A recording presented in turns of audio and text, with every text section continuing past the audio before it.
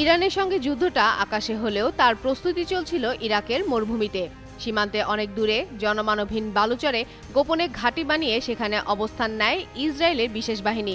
সেখান থেকে চালানো হয় যুদ্ধবিমানের সহায়তা, উদ্ধার অভিযান ও নজরদারির মতো গুরুত্বপূর্ণ কার্যকলাপ। যুদ্ধের সময় ইসরায়েল শুধু ইরানের আকাশে হামলা চালায়নি, বরং পুরো অভিযানের জন্য ইরাকের ভূখণ্ডকেও নীরবে ব্যবহার করেছে। এমনই সব তথ্য উঠে এসেছে দি ওয়াল স্ট্রিট জার্নালের প্রতিবেদনে। সেখানে বলা হয়, যুক্তরাষ্ট্রের অবগতিতে ইরাকে আনবার প্রদেশের মরুভূমিতে এই গোপন ঘাঁটি গড়ে তোলে ইসরায়েল। সেখানে মোতায়েন ছিল বিশেষ বাহিনীর সদস্য ও সার্চ অ্যান্ড রেস্কিউ টিম। ইরানে অভিযান চালানোর সময় কোনো যুদ্ধবিমান ভূপাতিত হলে দ্রুত পাইলট উদ্ধার করাই ছিল তাদের অন্যতম কাজ।